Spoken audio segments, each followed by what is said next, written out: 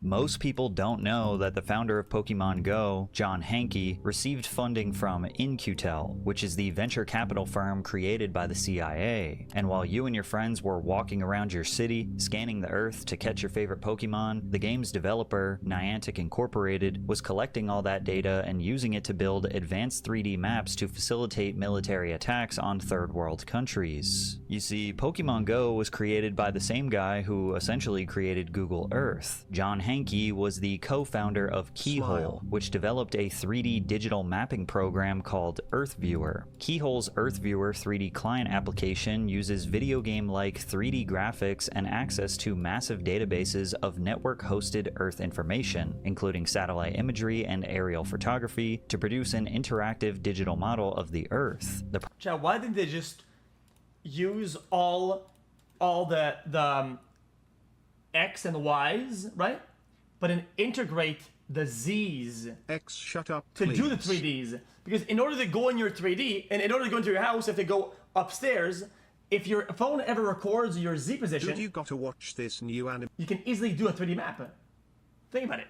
Product was unlike anything anyone had ever seen before in the early 2000s, but it was unclear what its use case would be, and therefore Keyhole was bleeding money. Every few months for years, John would find himself scrambling to raise money from Silicon Valley investors to keep the lights on. That was until In-Q-Tel saved his company from going under. Then we got our really a lifeline from a kind of unusual source. In-Q-Tel was this new little venture capital firm that was basically a government VC firm with money from the intelligence community. So that was one of the few funds in the Valley that was doing real business, and they were making a lot of investments at the time. This was in the kind of post 9/11 security ramp up period. And so they found out about Okay, but that's not terrible though, what?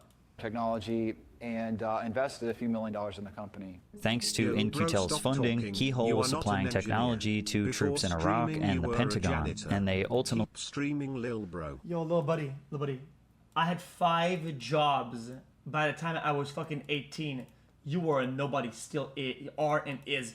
Buddy, I was more decorated in the real life job market than you ever will when I was 18 and you're fucking 35.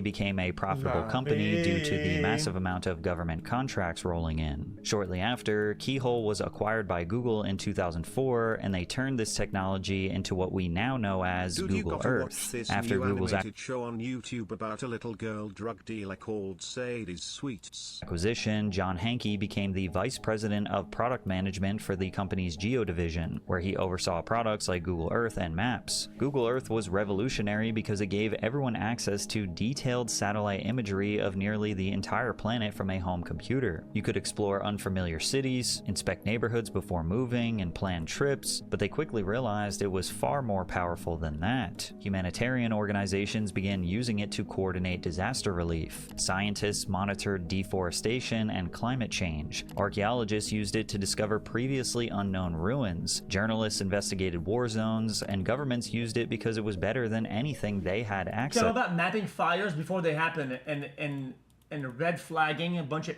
high plot what? Because what?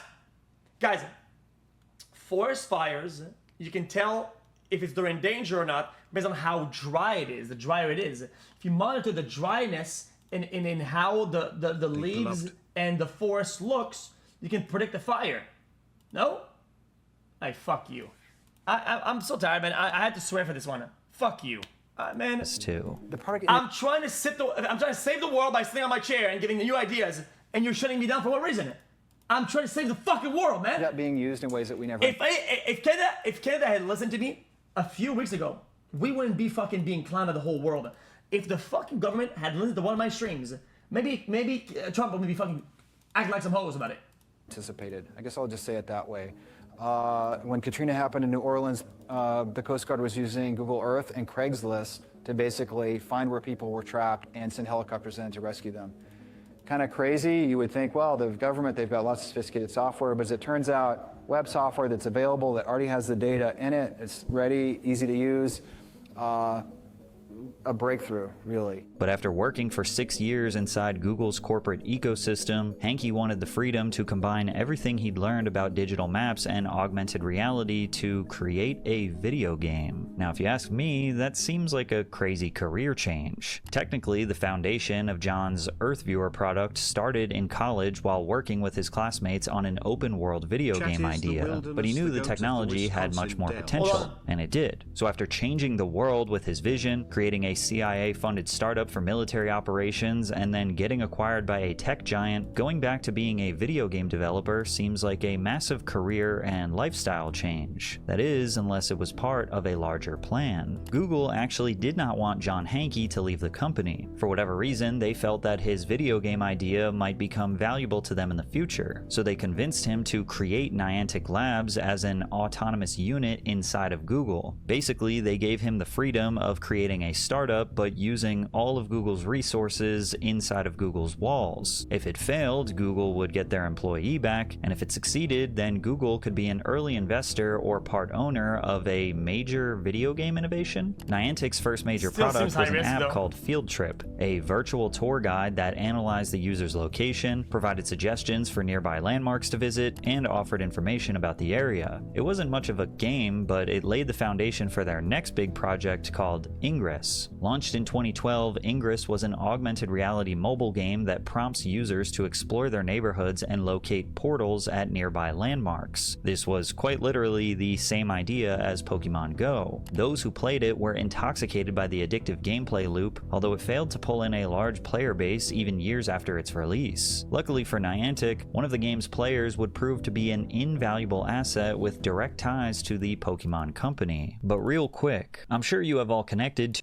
Shark account secure, making you easy to use, and one account secure. Stop leaving vulnerable online and go to surfshark.com/PatrickCC and use code PatrickCC to sign up now with a 30-day money back. Pitched the idea of placing Pokemon inside of Google Maps as an April Fool's joke. He traveled to Japan and got direct permission from the Pokemon company to implement the feature. John Hankey asked Nomura to show the Pokemon company's executive board the Ingress game. Little did they know that the president of the Pokemon company was already a massive fan of the game, and because of this, Niantic was able to secure a partnership with Nintendo and create Pokémon Go. They launched the game on July 6, 2016, but they never could have anticipated the chaos that would come next. In just 2 months after its release, the app was downloaded over 500 million times and an estimated 21 million players logged in every single day on average. Not only had it surpassed the success of mobile games like Candy Crush or Clash Royale, but it was pulling in more engagement than websites like Twitter and Facebook. The concept was simple. You walked around your neighborhood and searched for virtual Pokemon. They did the impossible. They did what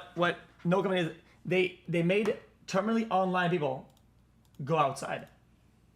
When you found one, the game used your phone's camera to make it look like the Pokemon was right in front of you, and you used Pokeballs to catch them and add them to your collection. The game incentivized users to explore the world around them, offering various digital Pokestops at notable locations or landmarks. These Pokestops served as a hub to collect in-game items and use special lures to attract more Pokemon. This also included Pokemon gyms. Players selected from one of 3 teams and would compete with rival Pokemon hunters to control areas to earn Pokecoins and buy upgrades. Pokemon Go wasn't just another mobile video game. It transformed your local neighborhood into a fantasy world. This is why it became a cultural phenomenon almost instantly. Public parks were overflowing with players searching for rare Pokemon, restaurants and stores used nearby Pokestops to advertise their businesses, and content creators were racking up millions of views just by playing the game. The game skyrocketed into mainstream pop culture, becoming a topic of discussion on late-night television shows, and was infamously referenced by Hillary Clinton during her 2016 presidential campaign. Don't roll it. Don't roll the clip. I don't know who created Pokemon Go,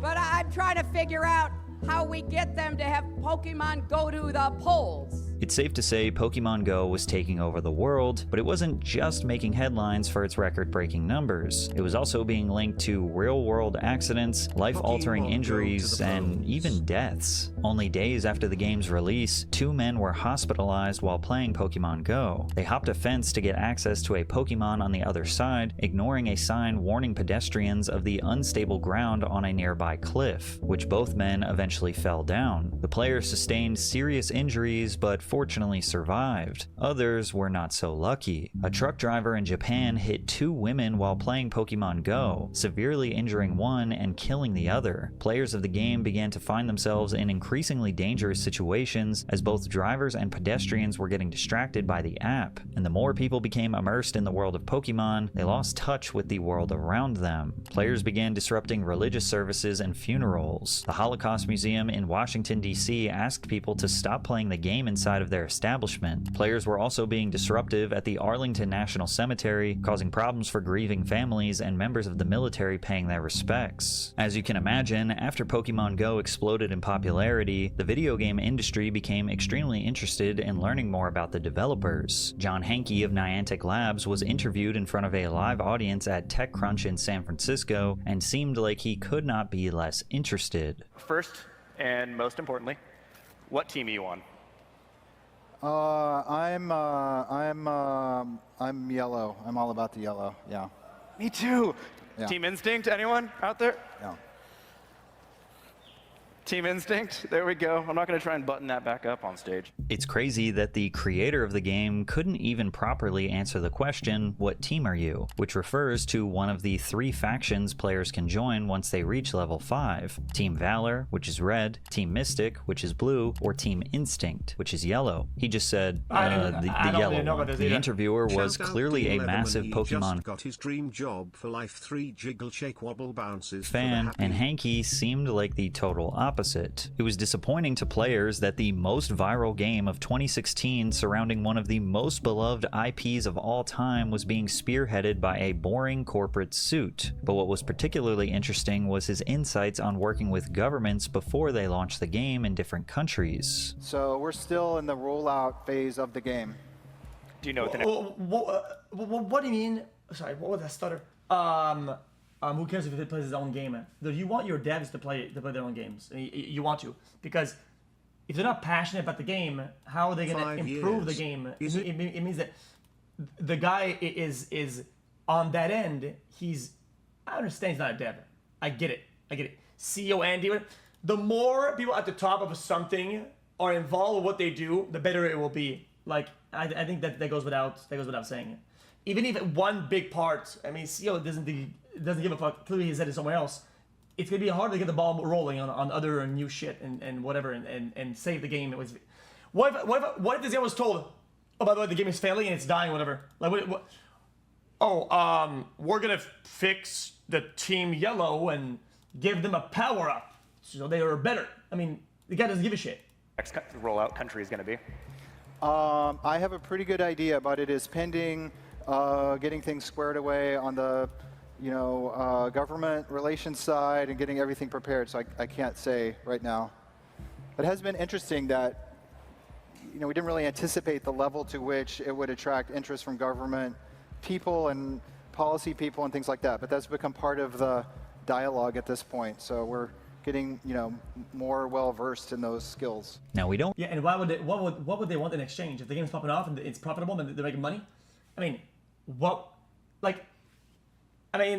not voicing it. I mean, he's not saying it. Chat, why would they do all that? What are they getting in return? Really know what interests governments had with the game. Now, I'd imagine governments had obvious concerns, like tens of thousands of people gathering in parks, people blindly walking into traffic, etc. But Hanke didn't use the word concerns. He said interests. Another thing to note was that South Korea refused to let Google export its detailed government map data to foreign servers out of fear that it could expose military bases and other sensitive locations to North Korea, which made Pokemon Go nearly impossible to launch across most of South Korea. China also heavily regulates foreign access to geographic data and blocked Google Maps entirely because it considers detailed mapping a matter of national security. In other words, while most players saw Pokémon Go as a harmless mobile game, entire governments were already treating the data underneath it like a potentially dangerous military asset. The question is, did Niantic Labs know that they were wielding a dangerous military asset? Well, there was this one controversy that came up where iPhone users discovered that signing in through Google gave Niantic full access to their accounts. Per Google's own description, this meant access to both view and modify anything in the account. To many, they believed that this meant unfiltered access to their images, videos, and emails. Okay, chat, by comparison, how many apps do that?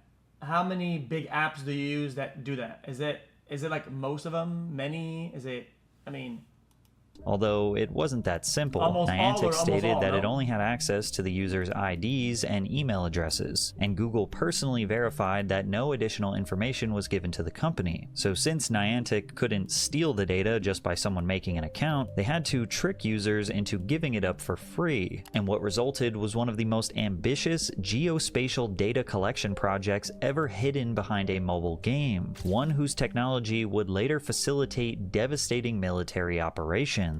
4 years after the game's release, Niantic introduced an interesting new feature, AR mapping tasks. Pokestops marked by notable landmarks would now offer users rewards if they completed AR scanning prompts. What? These required players to scan the surrounding area with their phone's camera for about 20 to 30 seconds. Interesting that this feature was not available for children's accounts. From the player's perspective, the feature was relatively harmless. They had already become accustomed to Pokemon Go tracking their location and having access to their cameras, so when Niantic offered free rewards with the promise of game improvements, players were eager to take part. Niantic claimed that the data collected would inform the game's engine to understand the depth and complexity of the real world. This would make for a way more immersive experience, in which virtual objects could seamlessly integrate with the world around them. In hindsight, it seems like an evil genius plan. The man who created Google Earth and worked directly with the CIA and international intelligence organizations was getting people to voluntarily 3D scan the world around them while they think they're just helping Niantic make a better Pokemon game. These scans would help develop a much larger technology called Lightship VPS, which stands for Visual Positioning System. The satellite-based technology of GPS was useful, but not optimized for the best augmented reality experience. For example, it might be able to tell you that you're near a statue, but it's typically incapable of understanding where you are relative to the landmark, whether you are behind it or in front of it, if you are 3 feet away or 30 feet away. This information isn't important when getting general directions for a road trip, but when it comes to making accurate drone strikes on enemy base camps without harming innocent civilians, it can make a massive difference. When players scanned a landmark, they recorded more than just a video. It tracked the latitude, longitude, and altitude of the user's device. It also utilized the phone's accelerometer and gyroscope, allowing the system to consider the phone's position and orientation. Considering all of this data, the scans could be used to make reliable inferences about the user's... I mean, it means that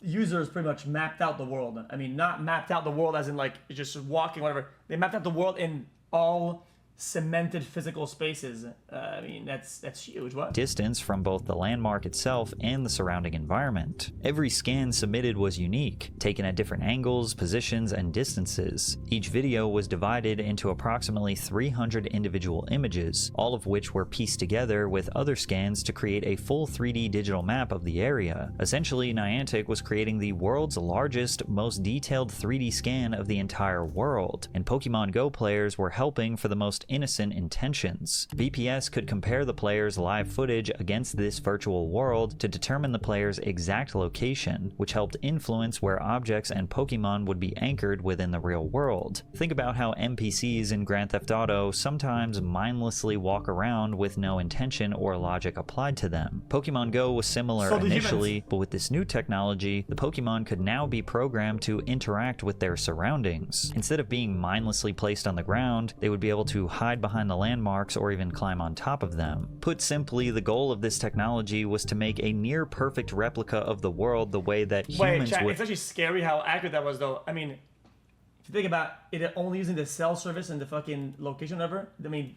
the tree was only a few inches to the side. I mean, experience it, so that the Pokemon in the game could literally interact with the world the same way a human might. And players were willing to sacrifice 30 seconds of their day if it meant free rewards and a better experience down the line. And by November of 2022, Niantic revealed that they had developed more than 120,000 digital maps of various locations throughout the globe. But technology this powerful would be wasted if it were only used for Pokemon Go, and Niantic understood this deeply. While they stated their goal was always to give people tools to become 21st century explorers, it felt like they were leaving a massive opportunity on the table. But VPS also had a major limitation. The system was only able to recognize information it had already been given. If a landmark had only been scanned from the front, the model would not be as effective when used from behind. And if it had received no prior information on a landmark, there was nothing the model could work with to provide an immersive experience. They had now gathered enough data for 1 million different waypoint locations to have full VPS integrations, but there were still millions of locations that had not been fully scanned. Niantic sought to fix this issue with their large geospatial model announced in 2024. The goal was to take all of the combined data they had collected and use AI to make inferred guesses about partially unscanned locations. Niantic uses a church as an example. If players had only scanned the front of a particular church, the VPS technology might be unable to recognize footage taken from behind, but the large geospatial model could infer based on thousands of other churches that had been fully scanned and make an educated prediction about what the back of that specific church would actually look like. Well, Humans have the ability to do this naturally. We are capable of applying our personal lived experience to make inferences about our environment. Chad, if video games do that? Why they're trying to make an immersive world or whatever,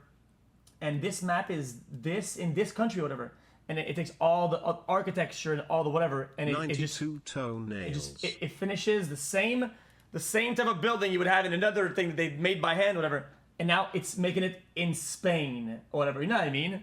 And it makes sense because chat, that could be kind of nice though. If I showed you the front of a house, you could probably make a pretty good guess about what the back of it looks like. You might not get every detail right, but you'd expect windows in roughly the same places, a back door, maybe an AC unit, a fence, or a patio. Your brain does not know that specific house. It's recognizing patterns from thousands of houses you've seen before. Yeah. Niantic wanted AI to learn that same instinct, but with near perfect precision. And only months after announcing their large geospatial model, Niantic made the shocking decision to sell Pokemon Go. While Scopely Incorporated acquired the rights to Niantic's catalog of games for $3.5 billion, Niantic retained all of the data, research, and technology they had been developing over the last decade, which includes their VPS and geospatial models. In other words, they kept their most valuable IP, sold the rest of their got the data, and were ready to move on, leaving Pokemon in the dust, which to some makes it seem like they never cared about Pokemon in the first place, and it was all a part of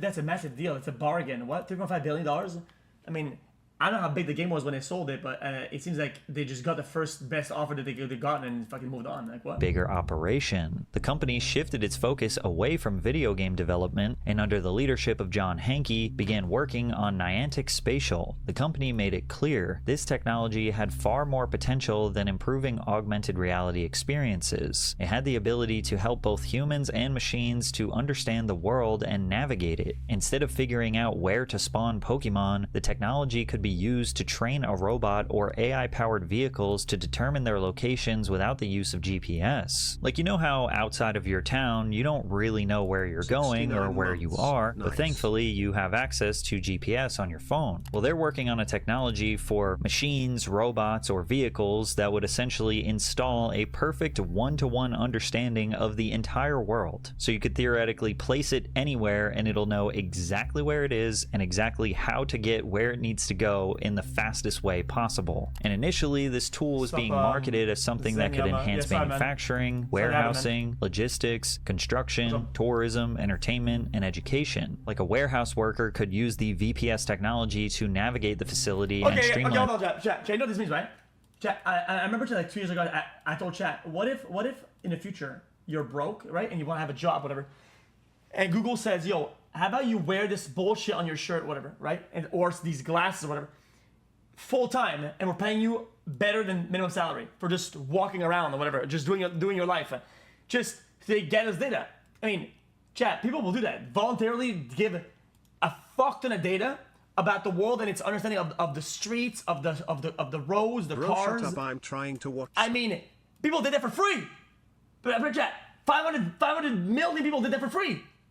In the process of conducting inventory management instead of just like walking around the building and understanding where things are and where they need to go. But Niantic was also getting involved in areas that most might not have expected. This became clear when Niantic Spatial announced it was teaming up with a company called Vanter in December of 2025. What is While that? Niantic had its roots in the gaming industry, Vanter had always been a part of the intelligence and defense sectors. They are best known for creating mapping systems used by military commanders and soldiers to analyze the battlefield and coordinate. This partnership may seem bizarre on the surface, but it was actually a perfect match. Vanter had developed a visual positioning system called Raptor. Similar to VPS, Raptor was capable of determining its location by analyzing its environment and making inferences. When a drone became disconnected from GPS signal, it could utilize Raptor to assess the roads, buildings, and hills to figure out its position relative to Vanter's own personal map. However, the technology was relatively limited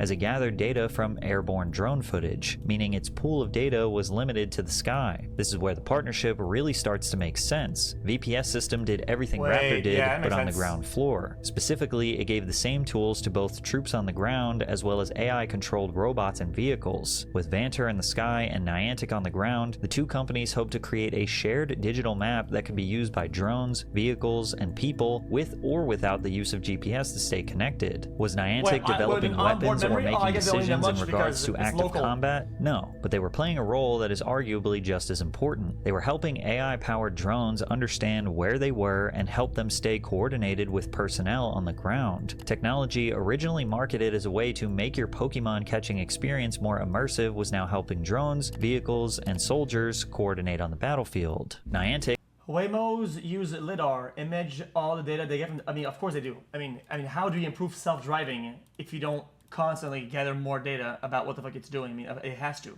I mean, that's why do you think you don't have Tesla auto drive everywhere? Like, because it needs a fuck ton of data. has continued to become a more prominent part of the defense sector. Recently, the visual positioning system received awardable status through a federal marketplace, Tradewind Solutions, meaning that government agencies were able to negotiate deals and purchase the technology for their own use. And taking a look at Niantic Spatial's website, they appear to have struck deals with the United States Coast Guard and the Air Force. So this isn't some kind of crazy conspiracy theory. The data they gathered through Pokemon Go was used to develop mapping technology that is literally being used by the military. I'm not sure how many Pokemon Go players who agreed to participate in AR scanning would have done so knowing that this was going to be used for the military, which is why now tons of players feel like they were straight up lied to. When Niantic first introduced the AR scanning feature, the company was transparent about their intentions to an extent. It told players that these scans would be used to create a better gaming experience, and while they did make it clear that this data would be used in apps outside of Pokemon Go, I'm not sure if anyone expected military defense applications, which is why I mean, there's a clear imbalance in between the reasoning and then the method or whatever, right?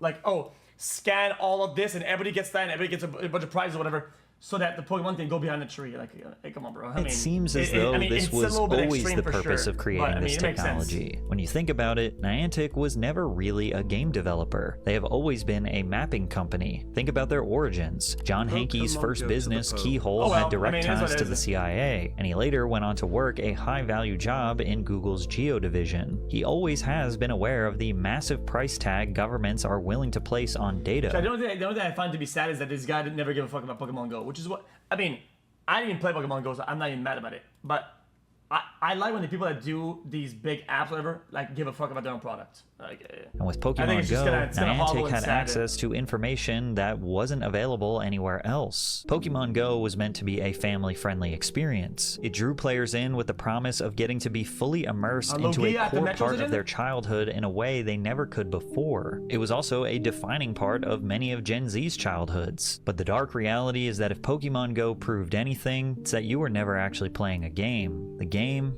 was playing you. Okay. And if discovering the okay, buddy. deeper, suspicious intentions behind game developers is your favorite type of content, check out the video I made on the game Skate.